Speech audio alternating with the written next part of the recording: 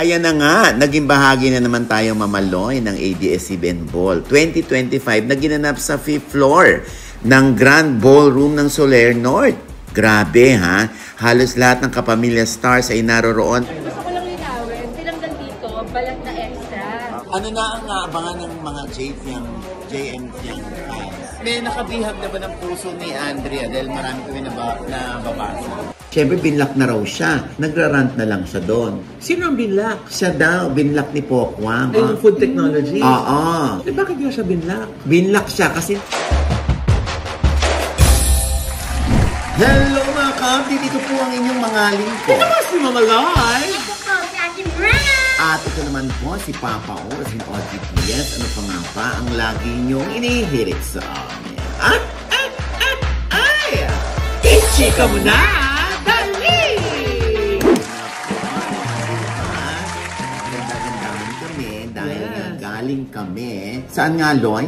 Ayun nga, galing tayo sa Brighter Together, the ABS-CBN Ball 2025. Yes. Oo, syempre, ang nagbihis sa atin dyan ay... Si Rao Uzon. Si Rao Uzon. Ryan Ablaza Uzon. Yes. Ayun yung outfit natin, no? Tsaka si Yen Constantino siya nagbihis. Yes, Oo. diba? Oo. Sino nag-makeup sa atin? Ay, the one, the only. Ang walang ebidensya. Minisids. Oo, si Martina Sabusa.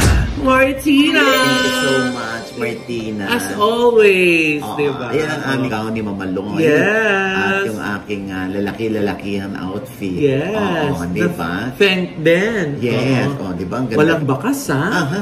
Walang bakas ng ano. Tsaka payat-payatan ako. Yes. Oo, diba? Siyempre, lahat ng Star Magic Talents, pwera na yung mga PBB housemates, ay naririyan. Yes. Ang mga big stars ng mga teleserye na kanilang kinabibilangan, naririyan din. Yes. Oo, at eto na ang aming report. Ayan na nga, naging bahagi na naman tayo mamaloy ng ABS-CBN Ball 2025 na ginanap sa 5th floor ng Grand Ballroom ng Soler North. Grabe ha, halos lahat ng kapamilya stars ay naroroon para magsaya at para mag-raise na rin ng funds para sa ABS-CBN Foundation. Dahil live na kanla, so pogi, oh. Hi! Kumusta naman? Hi! Ang ganda naman ng flower mo, Arky. Oh. Buyog! Yeah! Ethan! Vitan. Oh. Si Katie. Francis Rivera. Wow! Buti naka-attend ka. Pero, kasi sobrang busy yung baya. Tapos ngayon, pag-uusapan nyo, may mga source ko sa mga. Hindi ka ba nag-absent? OG. Natataon na yung panganganak ko, tapos na. Oo, diba? Ano ang may gawa ng iyong tao? Mark Van Garden. Mark Van Garden. Oh. Parang binti ko lang yung bewang niya. Nagkaroon din tayo ng pagkakataong tsikahin ng ilang celebrities. Tulad ni na JM Fiang at Jaren ng PBB Gen 11. Ano na ang abangan ng mga JM Fiang fans? Nasabi naman na to, magkakaroon po kami ng digital series. Yes, itong kanila na. Ayan. Nangarap ka na noon pa na sana. I think in London, I was always just watching the ball. And then it was all my idols, the artists, Kuya DJ. Now I have the same manager as Kuya DJ. Wow. It's completely so new to me. It's insane. I was on the phone to my mom, Penina. She said, and she thinks she's gonna cry when she sees me on the live stream. Kasi pangarap din niya to. Pangarap niya na makita yung anak niya dito. Opo, just in showbiz or being an artist. Oo. Ayan. At syempre, si Sharon Cuneta na talagang kaabang-abang dahil nga grabe ang kanyang pinayat. At ito kasama pa si Senator Kiko Pangilinan. Ang tanong nila, saan mo dinala yung... Dinonate ko sa mga hindi tumaba. Oo. Ako, gusto ko lang linawin, tinanggal dito, balat na extra. Hindi taba, hindi kasi naiitak yung taba. Kahit naka-long sleeves ka, kasi may dalawa kang matawat, hindi maganda, di ba? Tama. Balat lang po, dahil sumobra ang laki ng nilus ko, ang daming loose skin. At si Andrea Brillantes, hindi rin nagpakabog, Ito. Meron na bang boyfriend si Ate? Pag sinasabi exclusively dating, parang understood na raw yun. Na kayo na. Kasi marami sa generation namin. Kasi alam ko namin na millennials or the generation before the my generation kasi hindi pa talaga. Ibig sabihin, wala naman ikaw kinikita na iba kundi. Walang entertainment. Ang iba pang chika at kaganapan, abangan sa susunod na episode. Ayan. Nakakaloka na. Ang Oo. daming artista. Ha? Malamang. Siyempre, gaga. ABS-CBN Ball na, sa totoo lang, sobrang enjoy at sobrang memorable pag umatin Yes. ng ABS-CBN Ball kasi parang part of the history ka. Despite the fact na walang prangkisa ang ABS-CBN, patuloy na namamayagpag at hindi nababawasan ang kalidad ng bawat shows, ng bawat teleserye kanilang pinuproduce. Hindi ba? Lalo na at ang ABS-CBN Studios ay content creator na. Yes. Diba? At saka talaga na prestigious yung event, diba? Oo, syempre. Pag naimbita ka, talaga na andyan talaga yung the biggest, the brightest. Parang bumaba ang mga bituin sa langit, diba? Oo. At saka isang bonggang-bonggang dahil sabi mo na yung history, yung bonggang-bonggang pangyayari, first time umattend ni Megastar, Sharon Cuneta. Kasi diba? nga, sa mga nakaraang ABS-CBN Ball, hindi siya umaattend talaga. Oo. Feeling niya ang taba-taba niya, ang laki-laki niya, ngayon sexy-sexyhan na ang lola mo. Yes. Oo, talagang ayaw pakabog. Ayan, Ay kaso nga lang, nabash pa rin siya dun sa rason niya na yun.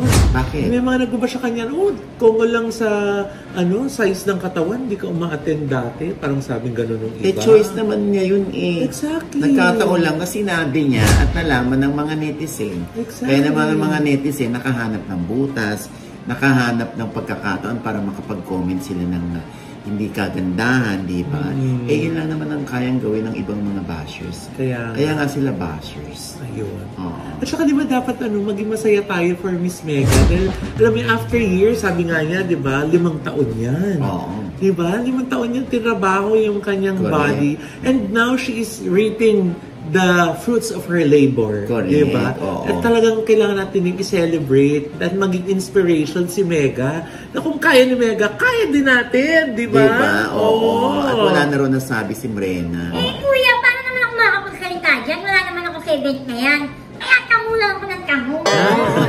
Di sana doon ka na lang sa taxi. Ha? Parang yung tuta na gumaganong. Kuya, Ay, nako. Gusto mo ba maimbitahan, Mrena? oo naman, mamaloy. Nako, invited ka sa April 25. Ha? Kuya, ayaw ko nga yun. Kahit hindi ka naka-gown. Basta bit-bit mo lang ang iyong mga kamay. Anyway, nako, kaya congratulations sa ABS-CBN sa namang matagumpay ang event na ito, no? Lagi naman, no? Yes. At maraming salamat sa imbitasyon sa amin, lalo na kay Tita Cory Vidanes. Yes, thank you so po. much. Tita Cory, alam mo na, I love you. We love you, Tita Cory. Diba? At syempre, Mama Loy. Dahil hindi nga naka-attend dyan yung mga nasa loob pa ng bahay ni Kuya. Oo. Pero syempre, nanonood tayo niyan. Oo, ang mga revelation nila, mga pagtatapat nila. Yes. Oo, una na dyan, si Clarice de Guzman. Oo. Anong sinabi nga niya? Ay, umamin siya na siya ay hindi straight. She is bisexual. Bisexual. At katunayan, meron siyang partner for 4 years na. nakasama ng nanay niya. Di ba? Kumbaga nakaantabay lang sa labas at nanonood sa kanya. Ay, speaking of nakaantabay, Nay, ang dami tuloy nagtatanong sa amin. At saka sa mga comment section natin. Kung bakla ka? Oo naman, boy. Diyos ko naman, hindi naman tinatanong na yun. Ha? Hindi yun, Nay! Hindi ba yun? Ba't alam ba nila, babae ka? Ha? Hindi, Nay! Ano nga? Hindi, tinatanong nila na kung si Clarice na ba yung tinutukoy mo na housemate na merong naghihintay na jowa sa labas. Hindi, ano ka ba naman? Di ba gwapong-gwapo nga ako dun sa housemate na yun? Ay, oo nga. Hindi si Clarice, babae pa din naman si Clarice. Oo nga. Oo, pero syempre, yung So, lalaki nga yun. Oo, pero syempre, Kasi naghihintay na jowa. hindi naman aaminin. Nabalitaan ko lang, naloloka lang ako na lalaki din nag-iintay sa totoo? Oo, pero Diyos ko, hindi yan big deal. It's a small deal. Anyway, di ba? Going back to Clarice, di ba? Parang hindi naman na big deal yung mga ganun, mga pag-amin. Mas niyayakap na yan ngayon, di ba? Yes, Meron nga tayong miyembro ng Showbiz Update, eh. Oh. Di ba? Nagkaroon din siya ng jowa na girl. Talaga? Oo. Oh. Bakit? Bakit, Mrena? Andyan si Julie. Kuya, kuya naman yan. Hindi naman ako. Nakikinig lang naman. Naitanong ko lang naman. Buti na lang naka-headset. Di ba, Brenda, nagka-cheverlo ka rin? Gano'n kayo katagal? Hindi kuya, sabit lang yun. Ilang buwan? Hindi yan ako mautang buwan. Parang ano lang yun, nandiyan lang. May naganap? Wala. Nako. Wala kuya. Mga Walang jingle bells. Yes kuya. Wala. Wala namang KFC yan. Ha? Fingerly finger. Ha? Wala. Okay. Naniniwala ka naman. Sabi ni Brenda. Okay. Mamaya yan na sa kanya. Kuya, si It-It mapapanood yan ng anak ko. Ha? Sabi ko nakaraan yan bago pa sumulpot si It-It. Oo nga. Nauna naman yun. Naunang i-eat nung partner niya. Bago lumabas si It-It. Diyos ko. Anyway, kaya nung araw ng mga panahon na yan, talagang grabe. Talagang pudpud yung kuko ni Mrena. Yes. Ngayon nga lang nagpapatubo ng kuko yan eh. Diba? But anyway, yung mga pag-amin na ganyan, niyayakap na yun ng mga fans. Highly appreciated, Oo, diba, Nay? kahit mga lalaki, kunwari, umamin sila. Meron pa nga mga actors, hindi pa rin umaamin, pero hindi naman para i-push natin sila, umamin na kayo. Diba? Kasi parang, hintay ka ng right timing pag nagising sila sa katotohanan o kailangan na nilang yakapin ang katotohanan. Kaya, syempre, willing naman tayo makinig. Diba? Siya pa lang ba na yung pangalawa after, Bibi Gandang Hari? Na umamin sa loob ng bahay ni Kuya? Parang, no? hindi ko alam. Parang meron ng iba na rin eh. Nakakalimutan ko lang. Pero may iba na rin umamin. Comment below kung sino yun. Baka maalala baka ninyo. maalala po ninyo. Bigla ko rin naalala yung anak ni Lea Salong. Oh. Diba? Ay, oo. Yung 14 years old pa lamang, napagtantunan niya na gusto niya maging lalaki. Kahit apakagandang bata, hindi ba? At ito'y agad na tinanggap ni Lea Salonga. Yes. Maging ang kanyang ama ay supportive din. Yes. Oo. At nung 18 years old, anong nangyari? Nag-start na siya mag-take ng testosterone ay para dun sa transition niya, para maging trans man. So, ibig nasa sabihin- proseso siya. Kaya nga, Oo. so kung nag-take siya noon, anong Lalaki na mangyari? yung boses niya, tapos magiging masculine na yung features niya. Usually, tinutubuan na ng body hair. Ganun. Oo. Alam mo, sobrang tinan mo naman ako bilang magulang, parang gusto ko yakapin si Lea Salonga sa kanyang pagtanggap Yes. sa kanyang anak. At kaya ganoon na lamang ang pagsuporta ni Lea Salonga sa mga issues ng LGBTQ. Yes. Noong araw pa, consistent si Lea Salonga dyan. At ayan nga, lumabas yung panayam sa People Yes. magazine. Oo. Na-release yesterday na April 4, di ba? Correct. Oo. So, ayan. Mababasa nyo na po yung full interview dyan sa People magazine. Oo, di ba? Nakakatuwa, no? Nag-iisang anak, pero supportive lahat sila. Yes. Oo, pero sa akin nga mangyari, kunwari, merong isang anak ko na sabi, Daddy, may pagtatapat ako sa'yo. Daddy, bisexual ako. Ano isasagot mo na eh? Sabihin ko lang sa kanya. Ay! Bongga! Diba? Walang sali-salita. Baklang-bakla. Paano ulit? Oh! Diba? Diba? Actually, yung mga ganyan, most of the time, sila yung hindi nangiiwan ng parents. Yes. Diba? Karamihan, kadalasan, sila yung hindi nangiiwan. Oo. Yes. Kasi kahit ako, diba? Ako pinakamaraming anak sa aming magkakapatid. Oo. 5 ako. Sumunod na 4, 3, 2. Oh. Ikaw pa yung pinakamarami, no? Partida, Oh. bakla pa yan. Diba? Kuya, feeling ko straight K. Straight. Ha? Sumubo. Alam mo, papasulit.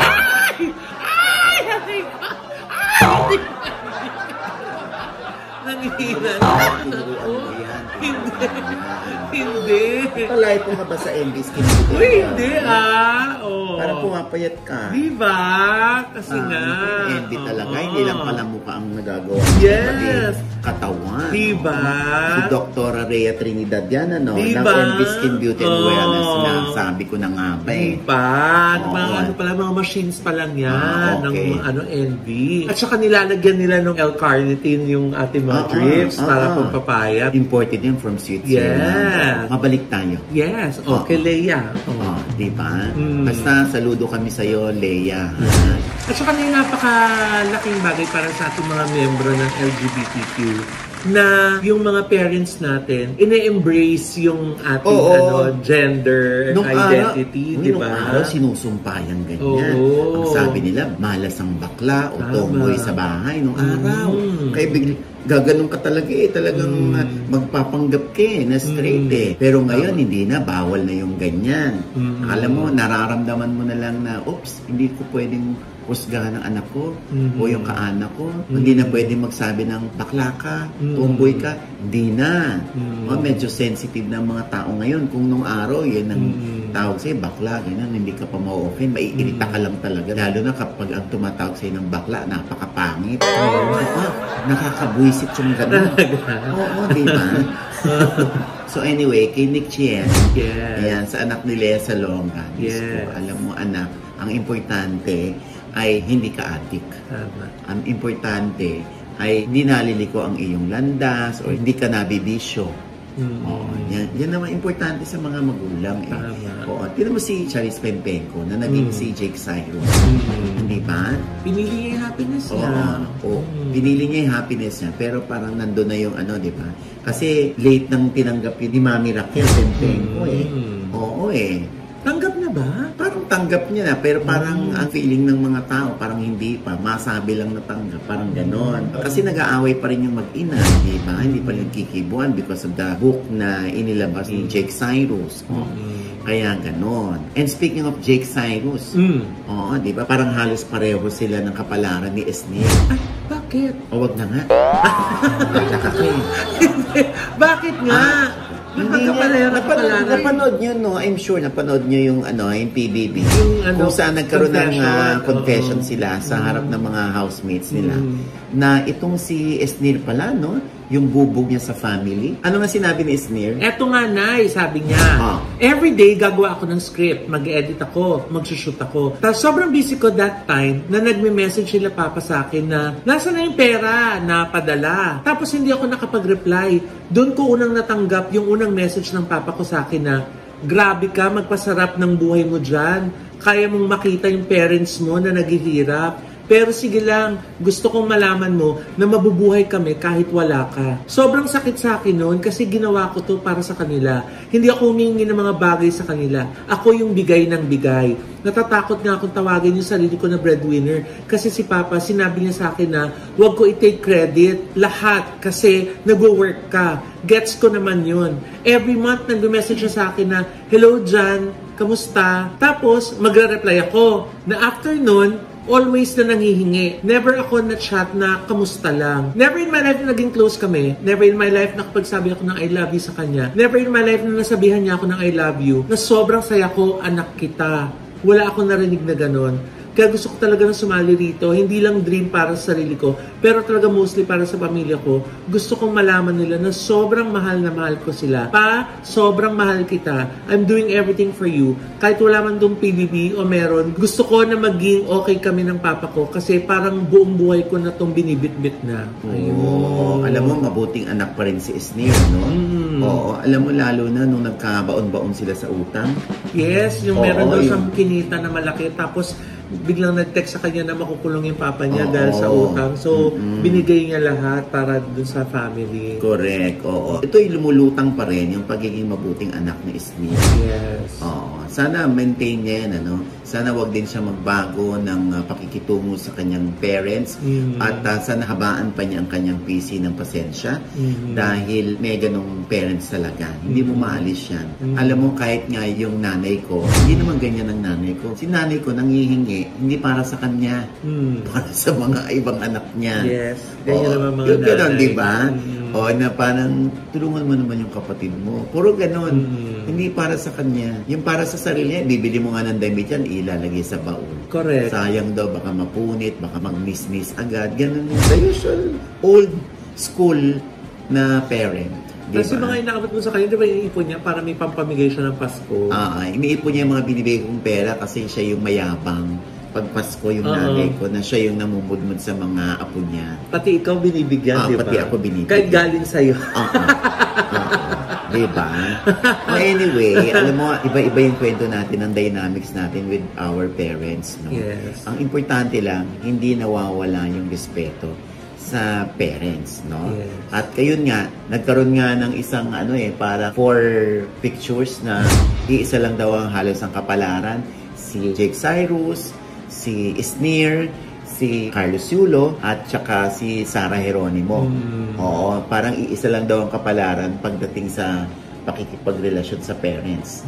Na parang sila yung breadwinner o sila yung inaasahan sa pamilya, pero kahit pa nagbibigay, parang kulang pa din. Alam nyo, yan yung storya ng How to Get Away from My Toxic Family. Oo. Ganyan-ganyan ang kwento ng pero merong nakakaloka kasing eksena doon na kailangan niyang mapanood. Yes. No? Pag nag-showing na siya. Ha? Kakadigil yung pamilya ni tama na. Hindi! Tama na. Tama na, ha? Basta mapapanood nila yan. Yes. Sanjo Marudo Starer. Ayan, ha? Pero Naya, ang nakakatuwa dito kay Esnir, sa kabila ng kanyang mga bubog sa kanyang pamilya, ang ending pa rin niya, para sa kanila to, sana magkaayos kami, sana magkasabihan kami ng I love you. O, ganun pa rin. Diba? Ganun pa rin. Alam mo, kahit kami, hindi naman kami nag-I love you sa isa't isa. Pero nararamdaman namin yung pagmamahal sa isa't isa. Kailan nadyajahin na kami na sabihin yung I love you. Oo. Sa mga anak ko nga, sinasanay ko yung sarili ko. Love you, anak. Mga ganun-ganun ako. Diba? Kaya, Diyos ko, kanina pa natin, di ba, narinig ito? Yes. Yung ubo ni Mrena. Yes. Tinitiis lang natin. Kabe-vape yan. Diba? Nakakaloka. Tita! Ang tagal ko nang hindi nagbe-babe. Ha? Talaga ba? Kailan pa? 3 years ago. Ha?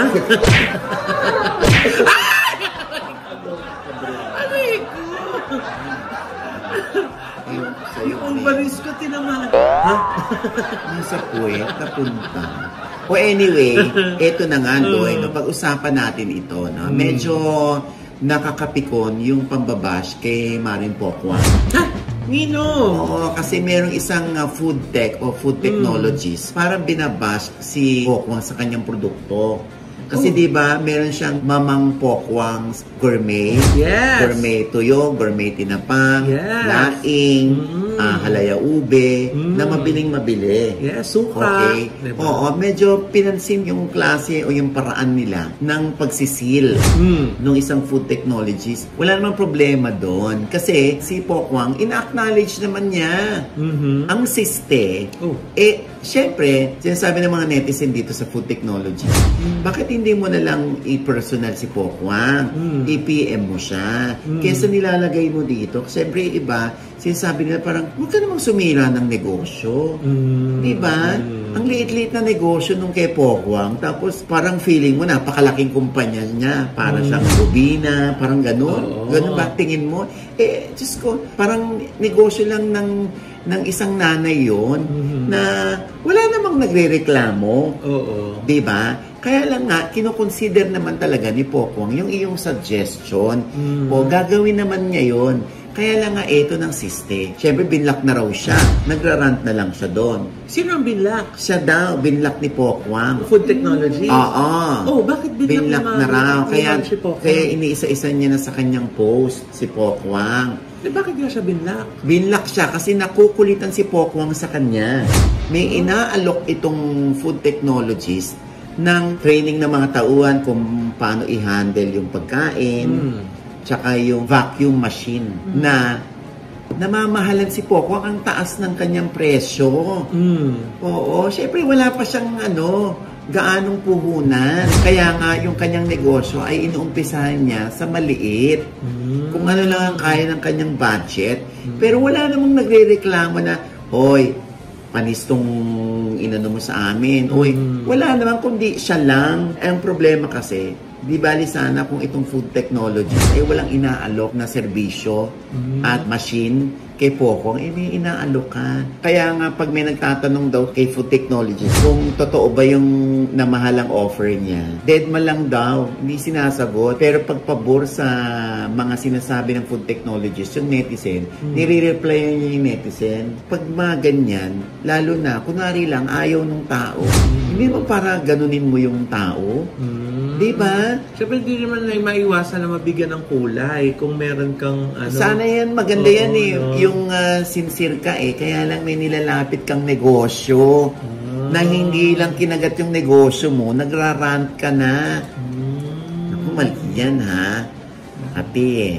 Oo, kaya Diyos ko, tinan mo tuloy, yung ibang tao parang sumipende lang sa kanyang kwento ng food technologies. Tapos, hinusgahan na si Pokwang. Siyempre, maliit na negosyo. Ano namang kunin agad lahat ng machine yan, di ba? Parang nagparatang pa tong food technologies na parang pinapatoling lang o pinagagawa sa iba. Yung mga gourmet ni Pokwang, dumating ka na sa ganung point, no? Nakakaloka ka ng taon. Nakita niya ba?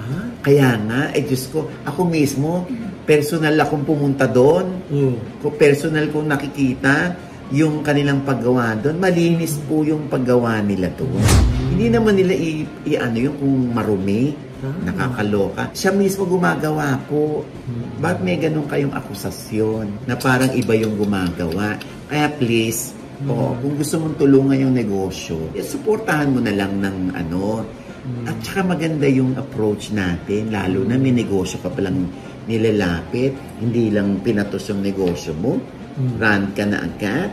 Ay, naku naman. Pag lumaki na, di ba? Oo, i-consider ka. Kaya lang, sino pang ibang tao magtitiwala sa'yo?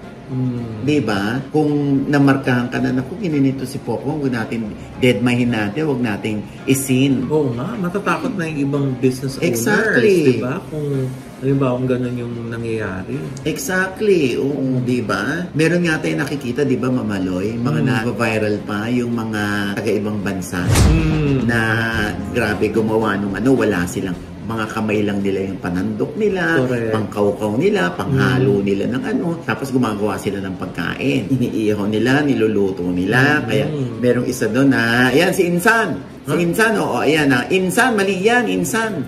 Ayan sa Uncle, di ba? Ganun. Yung isang vlogger, di ba? Ayun ba, sinisita mo? Kuya, hindi niya yung sisitahin. Bakit? Hindi naman yung bibili yung produkto niya. Ayun na. Di ba?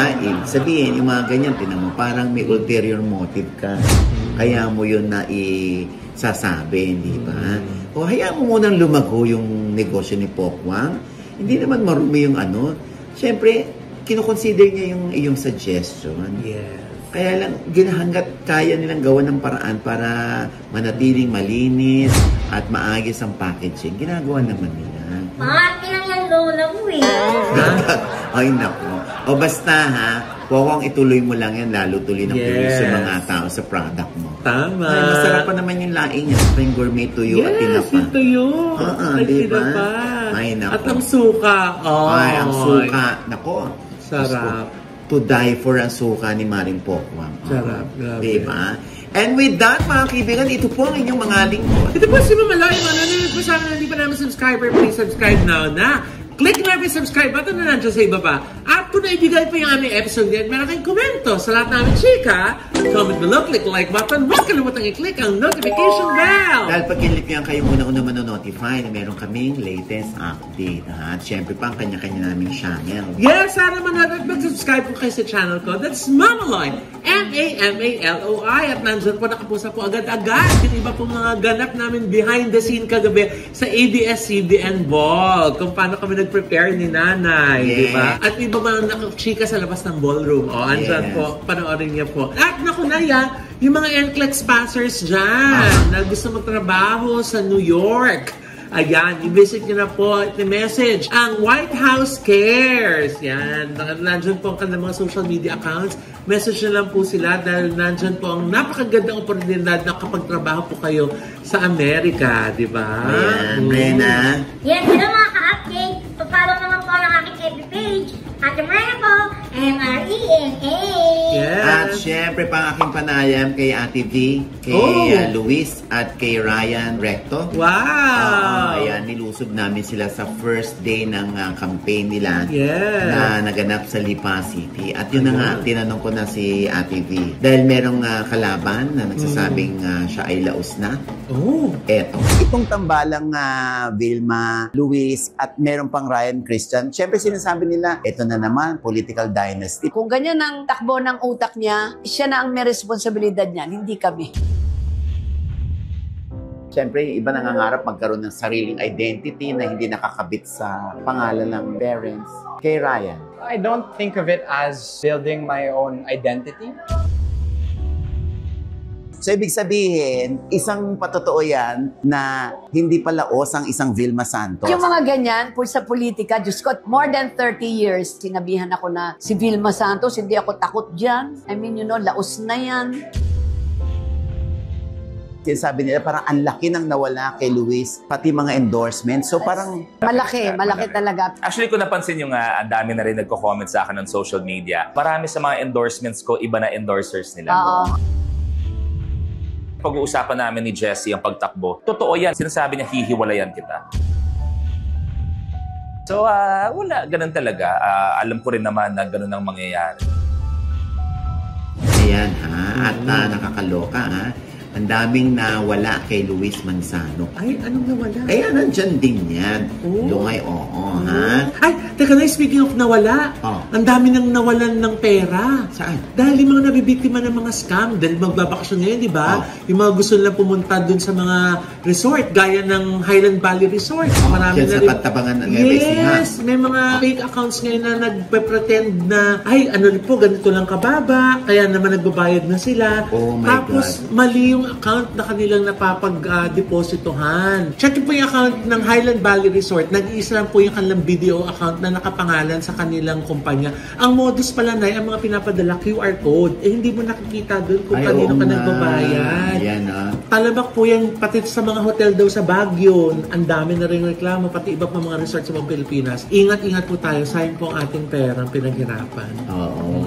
Ayan. At syempre pa, ito pa rin po niyang lingkod, Papa Osin OG Diaz na lagi nagsasabi at nagpapaalala sa inyo na sa tuwing gigising po tayo tuwing umaga, huwag na huwag po tayong makakalimot, ha? Na magpasalamat sa Panginoon. Dahil tayo kanyang ginising, ibig sabihin, may mission pa rin po tayo sa buhay. Sabay sabing, every gising is a blessing! At ano pa nga bang lagi niyong inihirit sa amin? Chika mo na! Dali! Simula na tonight, ha? Naku, hindi nga siya palaki ko dahil nakaganda. Iniiwasan niyang umuok. Di ba? Ano naman, ha? Ay, talikod ka nga. Talikod ka. Parang may pee. May letter P. Preso. Wow. Ay, nakagano na si Brenda, oh. Ayan, kagaganyan mo, Brenda, ha? Alam mo na, ha? Ayan, birthday po ni Brenda sa April 25. Ay, Diba? May 11. May 11. Happy birthday! May birthday sa iyo? Oo nga, ano ng birthday gift? Parang nandun yung babe ni Mrena. Yung big... Oo, nasa loob.